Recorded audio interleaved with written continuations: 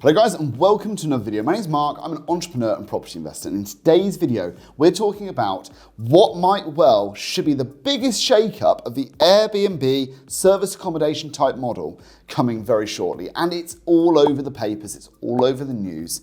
And I think now is the time when they're probably going to start legislating against it. And it's going to come in two forms in my mind. Firstly, from a planning perspective, and secondly, from a licensing perspective. So if you like this sort of video, if you like this sort of content and this sort of commentary, bit of foresight, bit of idea, a few ideas that I can give you of what I think might be coming, please give this video a big like. It really does help me out with the algorithm. I'm going to be able to relate it to quite a lot of my experience. I already operate businesses in quite a heavy regulated environment. So I operate a taxi business, which has massive local authority, licensing, and as well planning when it comes to running an operation. So I can tell you what it's like already having quite a heavy regulated business. So guys, let's get into the video. Let's talk about what I think might be coming and why it's coming.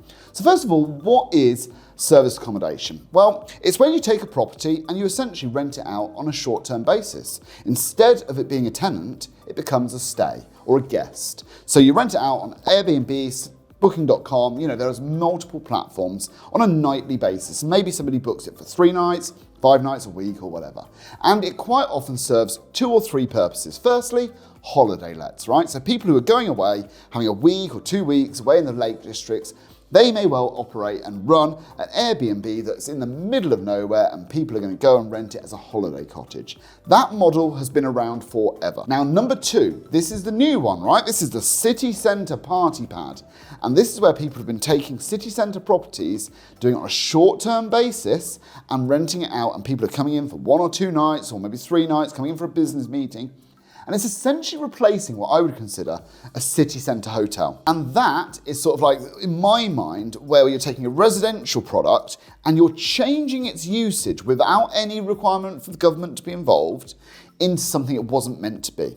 So if you consider, for example, a block of flats, when they were built, there was no real intention for them to become 60 mini hotels. They were meant to become communities. Families were supposed to live there, young professionals were supposed to live there. If the more in the city centre, generally, the younger and more professional the occupants were going to be. And then as you came out, there were going to be family areas. And then technology's come along, hasn't it? And technology has essentially said, we're going to be able to adapt and change the usage of these buildings without anybody having any say in that. And I'm a big believer in capitalism, right? I am a big protagonist of capitalism. However, I do understand that sometimes capitalism has to be reined in. And this is probably one of those occasions, because I can imagine if I was living on a terrace street just outside the city centre, I wouldn't want to be sandwiched between 3 properties that were being used for short-term rents. I want to be in a community. And part of me says, well, buy the street then. Right? If you want the street so badly, buy the street. If you want to live in a detached area, buy the detached house. I get that. If you want to own the view, own the view. I am a capitalist, I do understand that. However, that's not the reality we live in for most people. So we have to accept that capitalism does have to be brought in line sometimes. And I can imagine that if I was living on a terrace street, I can't afford to buy the street. I can't afford to keep moving streets every time a rich investor buys the property next to me and turns it into a party pad. Well, we need some legislation to stop people doing that in that instance, don't we? So this is where I think government's going to step in, and this is where I think the risk really is. And the people I really want to talk to today are not necessarily the people who are investing, buying properties, turning them into service accommodation, because I think that most of those people will have 2 outs. You'll have a 2-bedroom house, and maybe it works really well as a service accommodation, but maybe it'll also work all right as a single let. And most properties that I've seen where there's these sort of deals, you've got 2 outs. But if you're doing it on a rent-to-rent basis and you're signing a 5, 7, 10-year deal, 3-year deal even, I think legislation is coming before that. And this is highly risky for anybody who's going to be stuck in a long-term lease where they may be paying slightly above market rent in order to rent this property from somebody to allow them to use it as an Airbnb. And it only works in one direction. There's no other out. There is no other way of running this business. And let's face it, it has been incredibly lucrative. Let me explain why. Firstly, you're able to compete really effectively against hotels. You don't have many of the overheads they do, and quite often you'll be operating below the VAT threshold, which they will have met. So you've got a 20% margin improvement already. And you bypass a lot of the tax rules. You bypass a lot of the tenancy rules, right? The tax rules, you're now able to claim your mortgage relief as a business expense. Your tenancy rules, tenants have no rights, they're guests. I mean, it's not all roses, obviously. There are some risks, you know. You have got higher turnover, you've got reviews to deal with, you've got more wear and tear traditionally, you've got laundry to deal with, cleaning. It's not all roses, I don't want to make that impression. However, you can see why the model's been so popular. You can make 5, 10 times the return you might have been able to as a single let, on an ROI basis, that is. So a single let, it might only return 5, 6, 7%. Or as a service accommodation, it might be more like 35, 40, 50%. So I can completely understand why people have been throwing themselves at this, absolutely. However, I do also understand the social cost of that, and government is there to rein capitalism in when it gets out of control. And this is one of those instances. So here's what I see coming. This is my perspective of what I think is going to happen.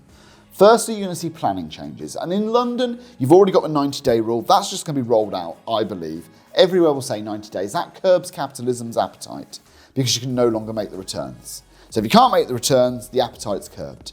I can see that being a nationwide thing because, let's face it, if I want to rent out my house for a few nights while I'm away, that's one thing, right? Like, that is completely one thing.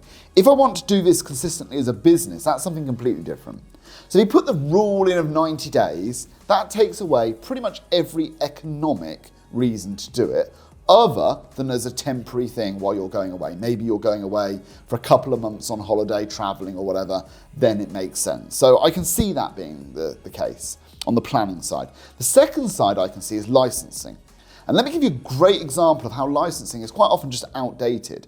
I run a taxi business. In our authority, we have to teach 25-year-olds how to read a map and how they would be able to use their map to find their destination if they were taking a passenger somewhere. Now the map is obsolete. All the cars have sat-navs and all the drivers have phones. So there's no way on earth that both of these things are failing and the car's still moving. We still have to do that. And there's no appetite for change. We've lobbied the MP, we've lobbied the council, we've lobbied the head of council. Everybody believes maps are a great idea. There's no appetite for change. When it comes to bringing in new legislation like this on these things, I can see decibel meters, noise regulations. I can see the area that's in coming into question, big fire regulations. I can see lots of things that are going to come in order to make it very difficult to run these businesses. So here's where my risk really is for people.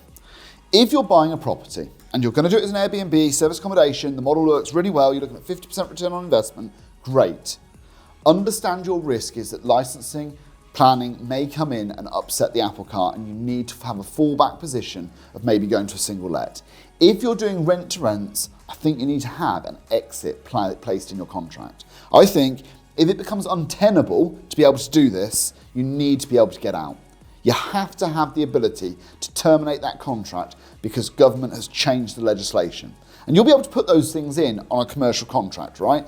If this happens, we can do that. Because there will be a day, and I am certain of this, it's just all over the papers, and it makes sense, doesn't it? Let's face it, if you were living in a block of flats, you wouldn't want it to be turned into anything other than residential. Because that's what you bought, a residential flat. If you're living on a row of streets, you want it to be residential because that's what it is. You don't want next door turning into a factory and 3 doors down turning into a news agent without anybody having a look at the ramifications on the street. So you can't really be allowed to turn it into a mini hotel, can you? So both of those things make perfect sense, which means they are coming. So I think anybody who's doing rent to rents, just be careful, make sure you've got exits. If you're buying, make sure it works in 2 different ways. But make no mistake, I believe that legislation and changes are coming. So guys, what are your thoughts? Let me know in the comments down below. I'll reply to every single one of you. Guys, thank you so much for watching and I'll see you on the next video. Like and subscribe as always. I'll see you soon. Cheers guys.